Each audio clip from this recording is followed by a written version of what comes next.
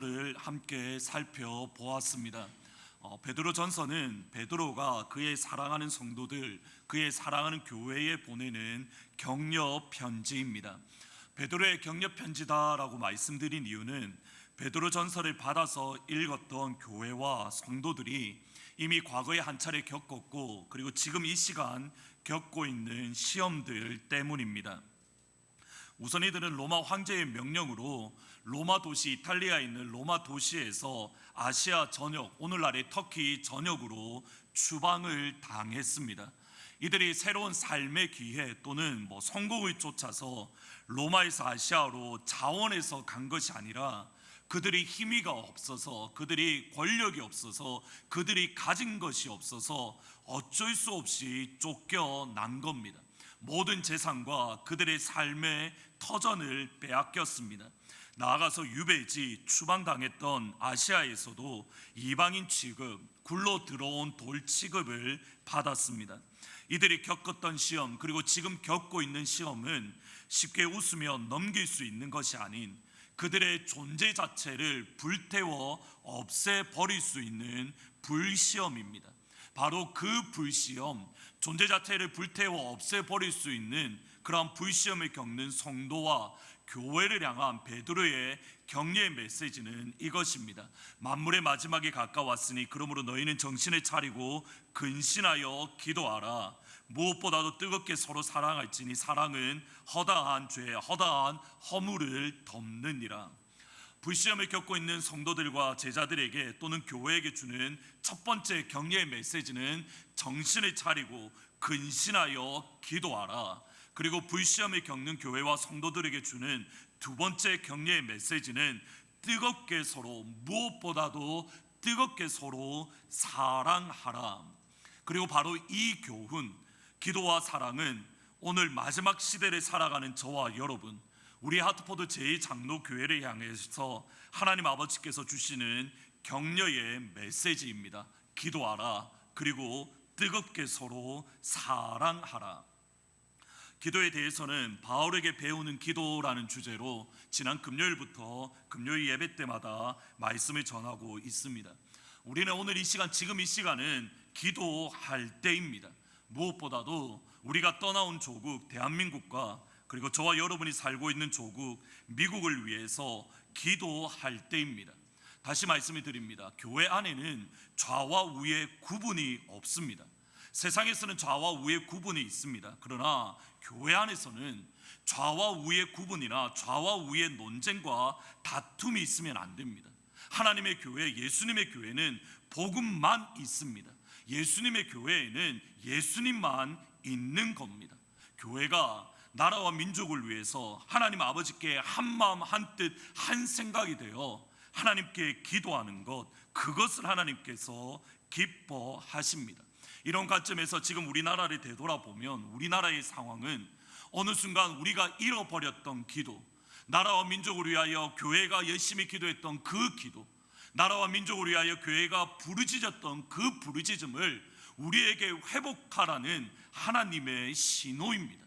하나님의 신호를 봤을 때에 잃어버렸던 기도를 회복해라, 나라와 민족을 위하여 잃어버렸던 부르짖음을 회복해라는 하나님의 신호를 보고 우리가 먼저 기도해야 되고, 우리가 모여서 하나님 앞에 간구해야 될 때인 줄 믿습니다. 무엇보다도 교회적으로 보더라도 여러 가지 어려움을, 질병으로 겪는 영적인 가족들, 신앙의 가족들을 위해서 우리가 한 마음이 되어 하나님 앞에 기도할 시간입니다.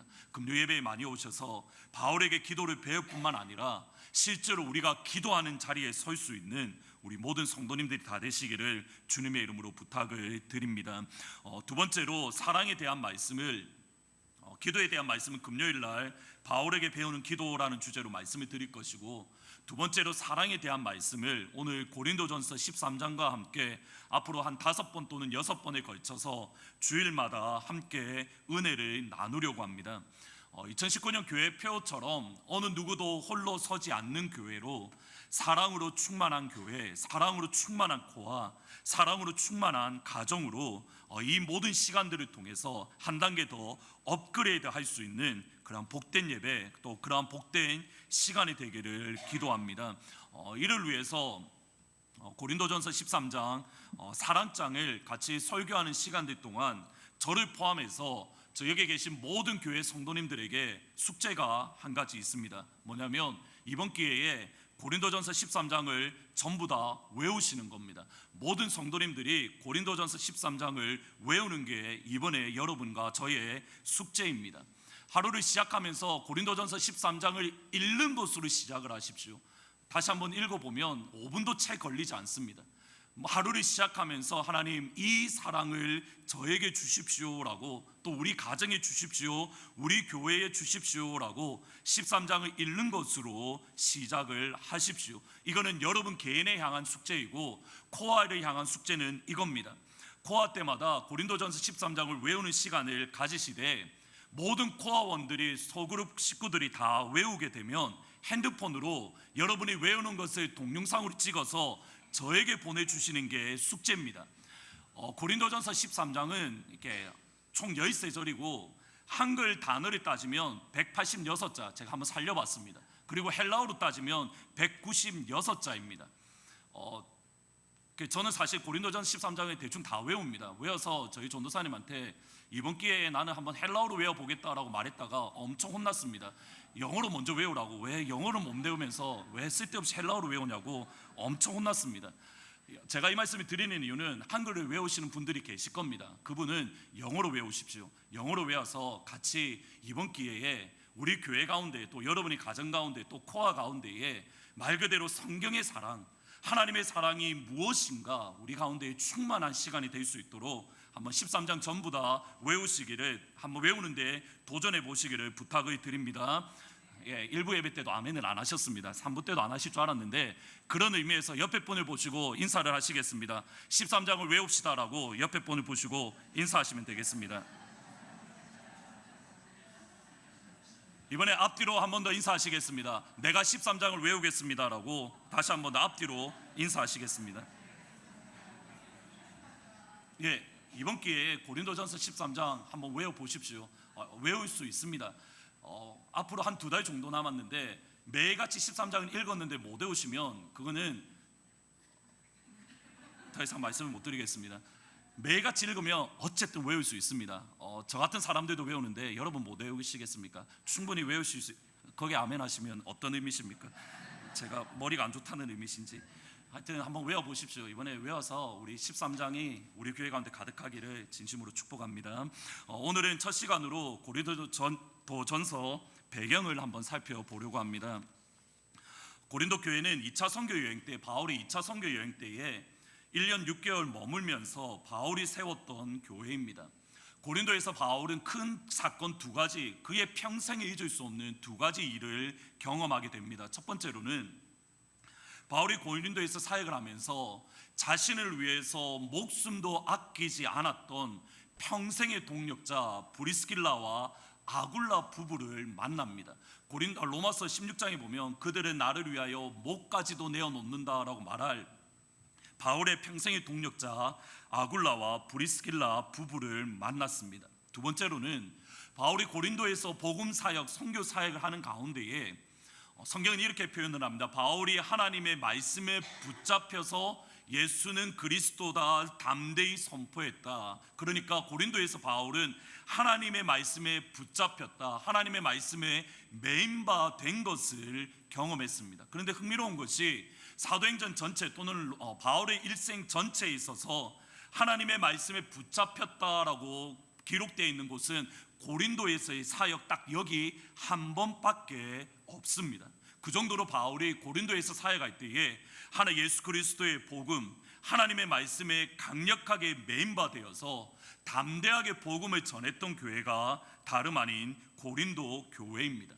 하나님의 말씀에 매인바된 바울이 복음을 증거하는 것 때문에 빠른 시간 안에 고린도 교회는 급성장하는, 많은 이들이 예수 믿는 교회가 되었습니다. 더불어서 고린도 교회에는 성령 하나님의 강력한 역사들, 영적인 은사들이 수없이 많이 있었고 성령 하나님의 놀라운 임재를 날마다 경험하는 교회가 되었습니다.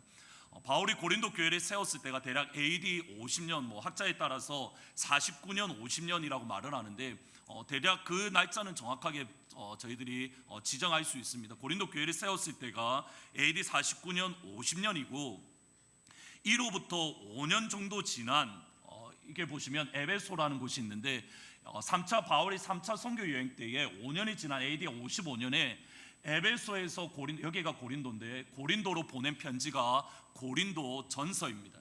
그러니까 교회를 세운 지 5년 만에 바울이 고린도 교회를 바라보면서 내렸던 평가가 고린도전서 1장 5절과 7절에 있습니다. 같이 한번 읽어 보시겠습니다. 이는 너희가 그 안에서 모든 일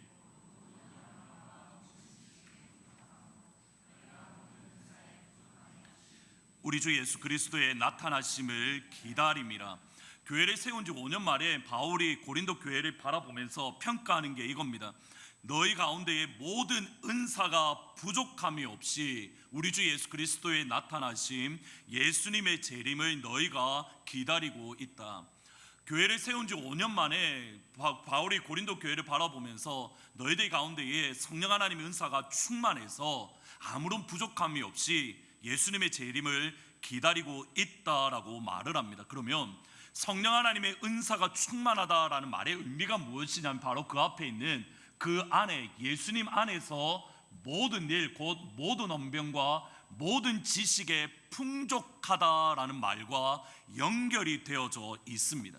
그러니까 은사가 부족함 없이 기다린다라는 이 말이 모든 일, 모든 언변과 모든 지식에 풍족하게 예수님의 오심을 기다린다라고 기록합니다. 그러니까 모든 언변, 모든 지식은 다름 아닌 성령 하나님의 은사와 연결되어져 있는 겁니다. 우선 모든 일 가운데에 고린도 교회는 너희가 모든 언변이 풍부하다라고 말을 합니다. 여기서 NIV 성경의 모든 언변이라는 말은 all your speaking 이라고 번역을 합니다. 너희의 모든 말하는 것으로 번역을 하는데 헬라어로 보면 표현을 보면 이 말이 로고스라는 단어입니다. 그러면 지금 바울이 말하는 all your speaking 또는 로고스라는 이 말은 단순히 고린도 교회 가운데에 말을 잘하는 사람들이 많았다 또는 논리적인 사람이 많았다 또는 설득력 있게 강의를 잘하는 사람이 많았다라는 뜻이 아닙니다. 이들 가운데 말이 all your speaking 너희들의 말하는 것이 충분하다라는 말은 성령 하나님의 은사와 직접적으로 연결된 것으로 speaking 말하는 것과 성령 하나님의 은사와 연결된 대표적인 것이 방언입니다. 그러니까 지금 바울이 하는 말이 뭐냐면 너희들 가운데에 방언이 충만하다라는 뜻이 너희 가운데 모든 언변이 가득하다라는 말의 핵심적인 뜻입니다. 실제로 고린도전서 13장이나 또는 12장 앞부분에 읽어보시면 고린도 교회에는 방언의 은사를 가진 사람들이 많았습니다. 심지어는 천사의 말을 하는 사람들도 있었습니다. 그래서 13장 1절에 보시면 첫 시장이 이겁니다. 내가 사람의 방언과 천사의 말을 할지라도. 한글 성경에는 조금 모호하게 번역되어 있는데 영어 성경에 보면 똑같은 말입니다. In the tongue of man, in the tongue of angels. 그러니까 tongue 또는 language라는 말인데 사람의 말 그리고 천사의 말, 사람의 언어 또는 천사의 언어. 고린도 교회 가운데에는 사람의 방언과 천사의 언어가 충만했던 교회입니다. 천사의 언어, 천사의 방언이라는 이 말을 크게 두 가지로 해석할 수가 있을 것 같습니다. 첫 번째로는 고린도 교회 성도들이 하는 방언의 소리가 너무 아름다워서 마치 천상의 소리와 같다, 마치 천사의 소리와 같다라고 하는 의미로 이해할 수가 있고, 또 다른 한쪽으로는 사람의 방언을 해석을 해보니까 그 말이 영광스러운 천국의 이야기들 또는 너무나도 아름답고 영화스러운 천국의 이야기를 하는 것이기에 천사의 말이다 또는 천사의 방언이다라고 불렀습니다. 실제로 비슷한 일이 바울이 고린도후서 12장에 보면 내가 천국에 올라갔을 때에 사람의 말로 표현할 수 없는 말들을 들었다라고 말을 합니다.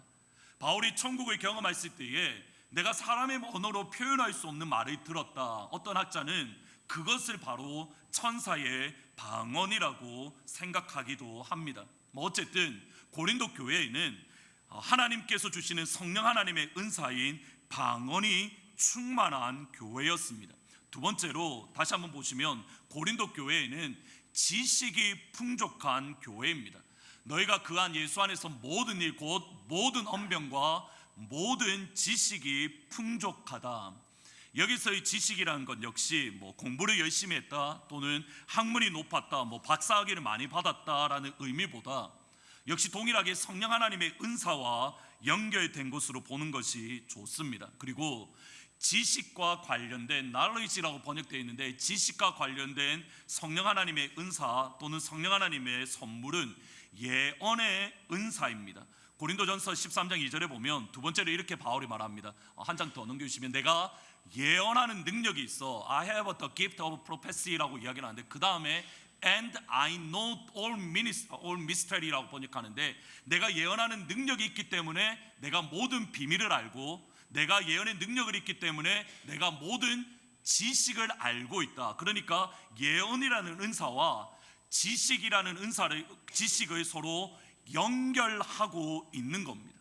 여기서 예언하는 능력과 모든 비밀, 모든 지식을 연결하고 있습니다. 여기서 모든 비밀이라는 이 단어는 secret, 감추는 것, 이것을 의미하는 것이 아니라 조금 전에도 말씀드렸다시피 헬라어로는 미스테리온이라는 말로 신비 또는 미스테리라는 단어입니다. 바울이 말하는 미스테리온, 미스테리라는 이 말이 가장 분명하게 드러나는 구절이 에베소서 3장 3절입니다. 보시면, 곧 계시로 내게 비밀을 알게 하신 것이, 내게 비밀을 알게 하다라는 말이 영어 성경에 보면 더 미스터리라고 되어 있는데, 미스테리온 똑같은 단어입니다.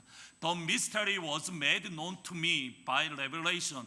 하나님께서 보여주시는 계시, 다시 말하면 예언으로 내가 신비를 알게 되었는데, 그 다음 하는 말을 보셔야 됩니다. 내가 신비, 미스터리를 알게 되었는데, 그래서 에베소서를 썼다. 그리고 에베소서를 너희가 읽으면 내가 그리스도의 비밀을 깨달은 것을 알 수 있으리라. 이때 미스터리라는 말이 무엇입니까? Mystery of Christ, 다시 말하면 그리스도의 복음이라는 뜻입니다.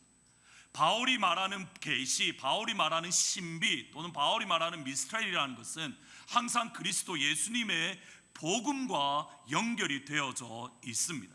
고린도 교회에는 두 가지가 풍부했습니다. 첫 번째로는 방언이 충분했고, 두 번째로는 예언, 다시 말하면 예수님의 복음을 아는 것, 복음의 지식이 충만해서 부족함이 없이 온전히 깨달아 알았던 교회가 다름 아닌 고린도 교회입니다. 여기서 중요합니다. 그러면 고린도 교회가 방언이라는 하나님께 주신 선물과 예언이라는 하나님의 은사를 언제 사용했는가라는 점입니다. 고린도 교회가 방언도 많았고 예언도 많았는데, 고린도 교회가 방언과 예언을 집중적으로 사용했던 시간이 언제인가? 고린도전서 14장에 보면 이렇게 말을 합니다. 그런즉 형제들아 어찌할까? 너희가 모일 때가 언제입니까? 주의 백성들이 하나님의 교회에 함께 모여서 무엇 할 때입니까? 예배 드릴 때입니다. 하나님 앞에 너희들이 주일날 하루에, 정확하게는 안식 후 첫날 주일날 흩어져 있던 성도들이 함께 모여서 하나님 앞에 예배할 때에 고린도 교회에 있었던 겁니다. 찬송하는 시도 있었고, 두 번째로는 가르치는 말씀, 목회자를 통해서 너희들 가운데에 하나님의 말씀을 가르치는 일이 있었고, 세 번째는 계시가 있었고, 계시가 있었다는 말이 에베소서 3장 말씀과 연결하면 무엇이 있다는 뜻입니까? 예언이 있었고, 네 번째로는 방언도 있었고, 다섯 번째는 그 방언을 해석해주는 통역도 있었다. 고린도 교회가 하나님 앞에 모여서 예배 드릴 때에 그들이 가지고 있던 은사가 뭐냐면, 드러나고 사용했던 은사 선물이 뭐냐면 찬송시가 있었고, 가르치는 말씀이 있었고, 계시 예언의 말씀이 있었고, 방언이 있었고, 그 방언을 통역하는 것이 있었다. 하나님께서 방언을 주신 이유는 그럼 무엇입니까? 고린도 교회 성도들이 예배를 잘 드리게 하기 위해서, 하나님께서 고린도 교회에게 예언과 계시를 주신 이유가 어디에 있습니까? 고린도 성도들이 함께 모여서 하나님 앞에 예배 드릴 때에 그 예배가 영광스러운 예배가 되게 하기 위해서, 하늘의 천국의 예배를 그들이 미리 경험하기 위해서, 고린도 교회가 예배를 정말 잘 드리고 하나님 앞에 영광 돌리는 그 예배를 정말 신실하게 드리라고 하나님께서 고린도 교회에 특별히 주신 것이 두 가지입니다. 하나는 방언이고 두 번째로는 예언입니다. 그런데 하나님께서 그들이 예배를 잘 드리라고 주신 방언과 예언에 대해서 바울이 고린도전서 13장 사랑장이라는 곳에서 1절 2절에 이렇게 평가하고 있습니다. 같이 한번 읽어보시겠습니다. 내가 사람의 발과 천사의 말을 할지라도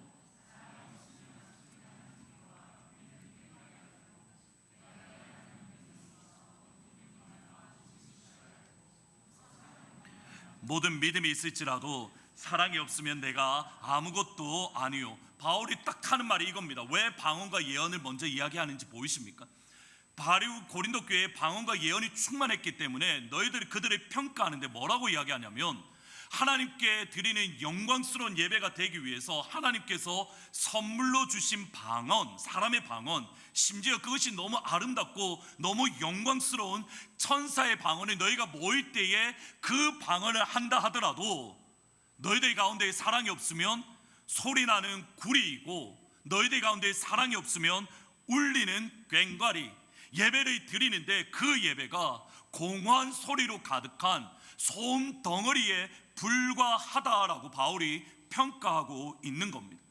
하나님께 영광 돌리는 예언의 은사를 주셨는데, 하나님의 복음의 진리를 잘 깨달으라고 그들 가운데 예언을 주셨는데 그들 가운데 사랑이 없으면, 심지어 산을 옮길 만한 믿음, 정확하게 예수님의 말씀에 의하면 겨자씨만한 믿음이 있으면 너희가 이 산에 들어서 저곳으로 던지라면 던져진다라고 했던 믿음의 은사를 가지고 있다 하더라도 사랑이 없으면 바울이 하는 말이 이겁니다. 나는 아무것도 아닙니다. 바울이 하는 표현을 잘 보셔야 됩니다. I am nothing이라고 말합니다. 방언을 말하는 게 nothing이라는 말이 아닙니다. 예언을 하는 예언이 nothing이라는 말이 아닙니다. 바울이 정확하게 이렇게 말합니다. 내가 아무것도 아닙니다. 내가 아무리 예언하는 능력이 있고 산을 옮길 믿음이 있어도 내게 사랑이 없으면 예언과 방언이 아무것도 아니라는 말이 아니라 내가 아무것도 아닙니다. 바울이 아무것도 아니고 고린도 교회 성도가 아무것도 아니다라고 바울이 말하고 있는 겁니다. 바울이 왜 이렇게 답답한 마음을 사랑장을 설교하는 시작점에 왜 이렇게 답답한 마음을 토로하고 있습니까? 여러분, 바울이 사랑장을 이야기하면서 시작하면서 바울의 답답한 마음이 느껴지십니까?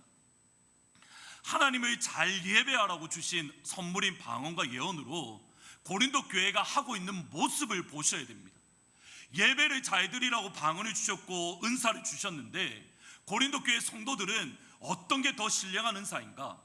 방언이 신령한 은사인가? 예언이 신령한 은사인가? 방언이 더 좋은 은사인가? 예언이 더 좋은 은사인가? 방언이 더 능력이 있는 건가? 예언이 더 능력이 있는 건가? 방언이 더 높은 레벨의 은사인가? 예언이 더 높은 레벨의 은사인가? 서로가 주신 이 은사를 가지고 언제 싸우고 있다라는 뜻이냐면, 하나님께 예배 드리는 그 예배 시간에 서로 은사의 문제로 싸우고 있더라는 겁니다. 방언의 은사를 가진 사람은 자신이 천사의 말을 할 수 있다며, 지금 내가 하는 말은 저 천상의 영광스러운 말이라고, 내가 하는 방언을 들어보라고 얼마나 아름다운 소리냐고, 내가 더 신령한 사람이고 내가 더 영적인 사람이고 하나님께서 나를 더 사랑하신다며, 그 다음에 들으셔야 됩니다. 교만하고 있고 하나님께서 나를 더 사랑하신다고 예배 시간에 언성을 높이고 있는 겁니다. 예언의 은사를 가진 사람은 나는 복음의 비밀을 깨달아 알았다고, 하나님께서 나에게 말씀을 주신다며 하나님께서 나를 더 사랑하시고 하나님께서 나를 더 능력을 주시고 내가 가진 은사가 더 영적이고 내가 더 신령한 사람이고 내가 더 거룩한 사람이고 내가 더 하나님의 진리를 깨달아 아는 내가 믿음이 더 좋다면서 예배 시간에 언성을 높이고 있습니다. 보셔야 됩니다. 하나님은 예배 잘 드리라고 주셨습니다. 예배를 영광스럽게 하라고 주셨습니다. 예배를 영광스럽게 하라고 주셨던 방언과 예언 때문에 고린도 교회는 서로가 싸우고 있더라는 겁니다.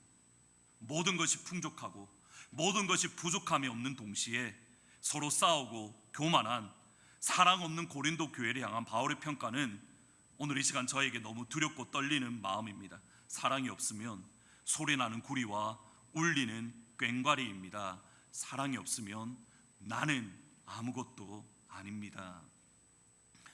치열한 복음에 나오는 김병삼 목사님이 쓰신 치열한 복음에 나오는 또 다른 교회의 목사님인 조현삼 목사님, 그러니까 감자탕 교회 목사님에 대한 말씀이 기록되어져 있습니다.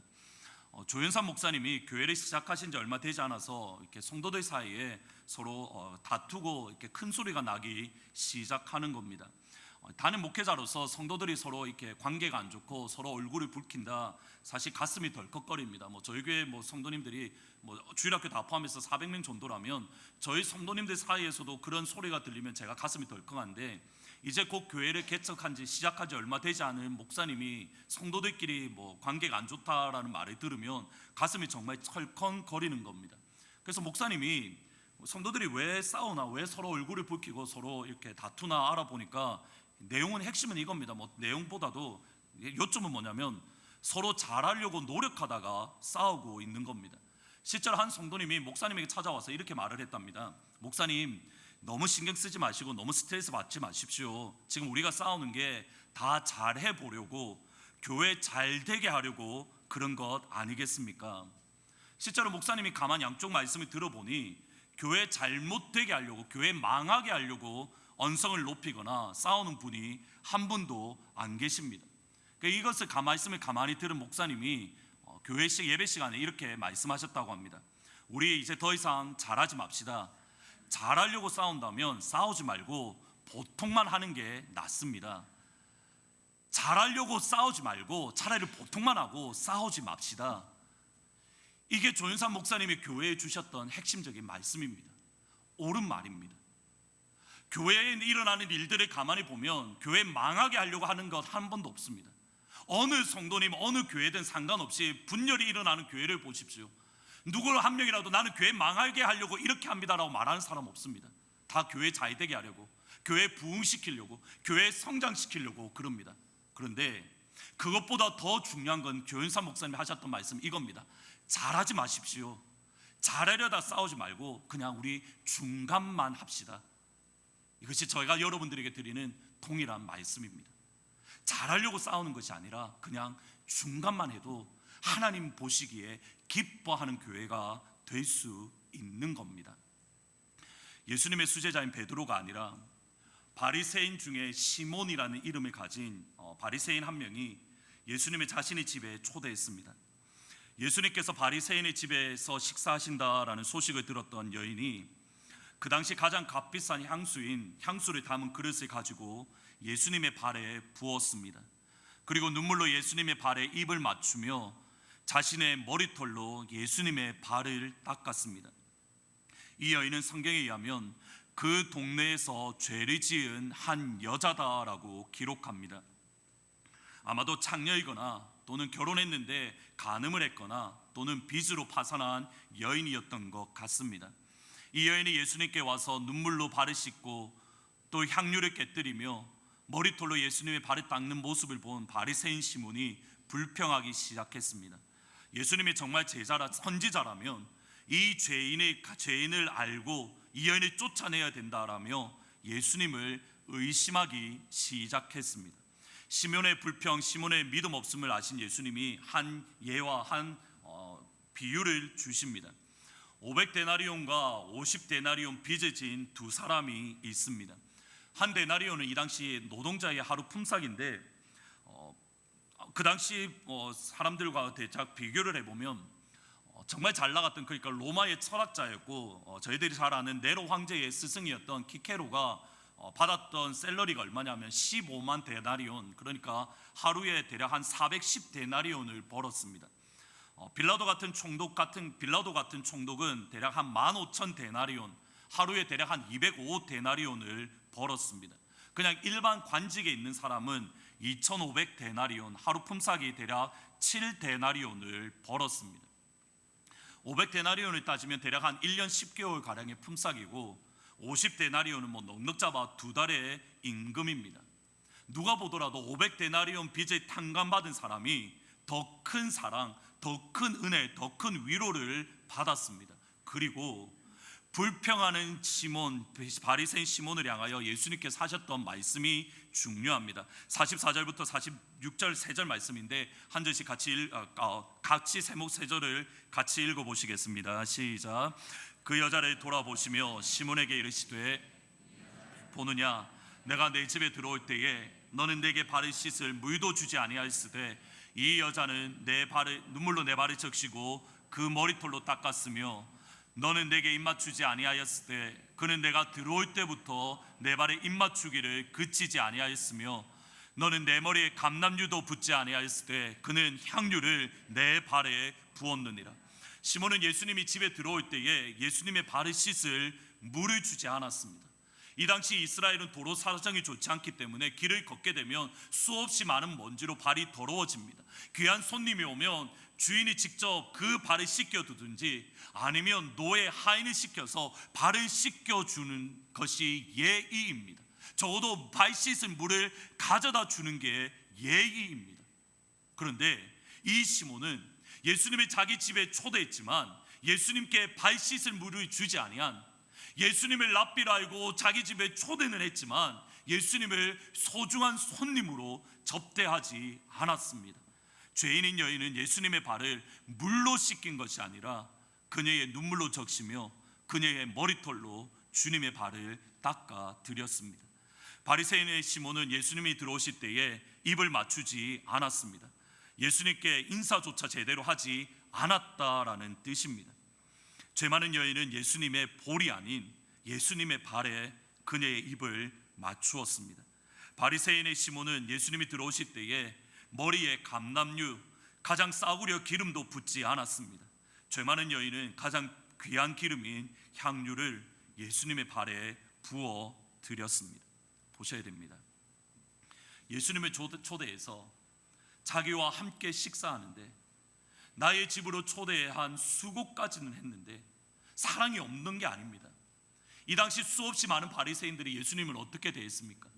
예수님을 죽여야 된다고, 거짓 선지자라고, 예수님을 돌로 죽이려고 노력했던 사람들이 당시 바리새인입니다. 그런데 이 바리새인 시몬은 그 당시 다른 사람들과 관계없이 다르게 적어도 예수님을 자기 집에 모시고 예수님께 식사를 대접하는, 예수님을 향한 사랑이 없던 사람이 아닙니다. 예수님을 향한 사랑과 수고를 나름 하고 있습니다. 그런데 정작 그 예수님이 자기 집에 왔을 때에는 발 씻을 물도 드리지 않고 예수님께 입 맞추지도 않고 예수님의 머리에 싸구려 기름조차 드리지 않는 인색한 모습을 보이고 있습니다. 무엇 때문입니까? 주님의 다음 말씀이 이유를 분명하게 말씀해 줍니다. 이러므로 내가 내게 말하노니 시몬에게 말하는 겁니다. 그의 많은 죄가 사하여졌도다. 왜냐하면 그의 사랑함이 많기 때문이다. 사함을 받은 일이 적은 자는 적게 사랑하느니라. 예수님의 사랑을 적게 받았기 때문입니다. 시몬 바리새인은 예수님에게 죄 용서를 적게 받았기 때문입니다. 그의 많은 죄를 용서함을 받으면 많이 사랑합니다. 죄 사함이 적으면 적게 사랑합니다. 이 말을 오해하시면 안 됩니다. 여러분이 향한 예수님의 사랑은 어느 누구나 동일합니다. 시몬이기에 덜 사랑하고 여인이기에 더 사랑한 것이 아닙니다. 시몬이나 여인이나 예수님의 사랑은 동일했습니다. 핵심은 어디 있냐면 내가 하나님이 향하여 가지고 있던 죄, 내 속에 있는 근본적인 죄의 문제, 내 영혼에 있던 본질적인 죄의 문제를 예수님의 십자가의 사랑으로 온전하게 회복되어졌는가? 내 영혼 안에 있는 본질적인 죄의 문제가 주님의 십자가의 사랑으로 온전하게 치료함을 받았는가? 주님의 십자가의 사랑으로 영혼의 근본적인 회복을 충만하게 경험했는가? 이것이 핵심입니다. 바리새인 시몬 역시 예수님의 사랑을 받았습니다. 성경도 많이 알았고 지식도 많았습니다. 주님을 향한 십자가의 사랑, 하나님의 사랑을 어느 정도는 깨달았습니다. 문제는 뭐냐면 이겁니다. 주님께서 나를 위해서, 내 죄를 위해서 흘리셨던 보혈, 하나님께서 나를 향한 내 죄의 문제를 해결하기 위한 근본적인 죄 사함의 은혜, 내 죄를 완전히 용서하셨다는 본질적인 문제, 본질적인 고난의 문제를 바리새인은 해결함 받지 못한 겁니다. 주님께서 나를 위해서 사랑하길 하시는데, 나를 위해서 죽으시긴 죽으시는데 그 사랑을 그의 영혼 깊이 체험하지 못한 겁니다. 예수님의 사랑을 적게 경험했습니다. 적게 경험했기에 적게 사랑합니다. 반면에 스스로도 어떻게 할 수 없었던 깊은 죄의 문제, 영혼 깊은 곳에 있었던 아픔의 문제를 예수님의 사랑으로 온전히 회복한 여인은 주님의 사랑을 많이 경험했던 사람입니다. 그리고 예수님의 사랑을 많이 받았기에 그 사랑을 많이 증거하고 있는 겁니다. 잘 보셔야 됩니다. 여기서 중요합니다. 성경의 사랑은 우리의 감정의 문제가 아닙니다. 성경의 사랑은 예수님과 하나님과 관계, 신앙의 문제입니다. 뭐라고 말씀합니까? 하나님 앞에 죄사함을 많이 받으면 많이 사랑하느니라. 예수님의 사랑을 충만하게 경험하면 많이 사랑하느니라. 예수님의 사랑을 적게 받으면 적게 사랑하느니라. 예수님의 보혈의 은총을 적게 받으면 적게 사랑하느니라. 감정의 문제가 아니라 사랑은, 성경이 말하는 사랑은 신앙의 문제입니다. 예수 믿는 저와 여러분에게 있어서 사랑한다라는 것은 하나님을 사랑하고 옆에 있는 지체를 사랑하고 주의 교회를 사랑한다는 것은 신앙의 문제인 겁니다. 그러기에 맥스 루카도는 그의 책에서 이렇게 말합니다. 747 법칙이라고 말합니다. 누가복음 7장 47절 말씀, 많이 사랑하면 많이 사랑합니다. 적게 사랑받으면 적게 사랑합니다. 747 법칙. 바울이 왜 고린도전서 13장을 시작하면서, 사랑장을 시작하면서 왜 방언과 예언과 또는 믿음과 구제에 대해서 이야기하면서 사랑이 없으면 아무것도 아니다, 왜 이렇게 말했는지 보이십니까? 진짜 영적인 사람은 어떤 사람이냐면 방언을 하는 사람도 아니고 예언을 하는 사람도 아니고 죄의 문제를 주의 십자가의 사랑으로 온전하게 해결함 받아서 많이 사랑하는 사람이 영적인 사람입니다. 성경을 많이 아는 사람이 아니라는 겁니다. 성경 지식이 많은 사람이 아니라는 겁니다. 예언을 하는 사람도 아니라는 겁니다. 내 속에 있는 죄의 문제가 근본적으로 해결되었다, 십자가의 보혈의 은혜로 내 죄의 문제를 해결함 받았다, 그 사람이 영적인 사람이고 그 사람을 통해서 하나님은 하나님의 교회를 세워가는 겁니다. 분명히 기억하셔야 됩니다. 교회는 방언으로 세워지는 게 아닙니다. 교회는 예언으로 세워지는 것도 아닙니다. 교회는 여러분이 성경을 얼마나 많이 알고 있는가, 그것으로 세워지는 것도 아닙니다.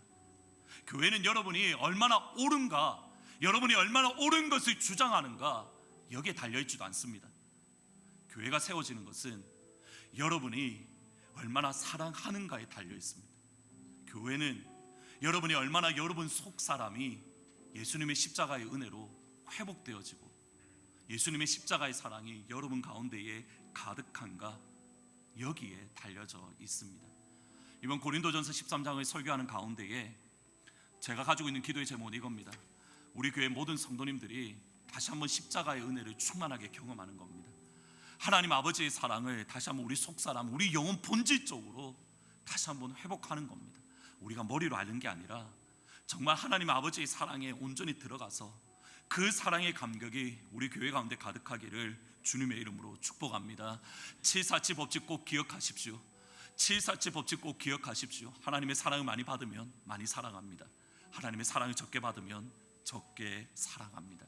우리 말씀을 생각하시면서 십자가 그 사랑, 멀리 떠나서 무너진 나의 삶 속에 잊혀진 주 은혜, 그 다음 표현을 보셔야 됩니다.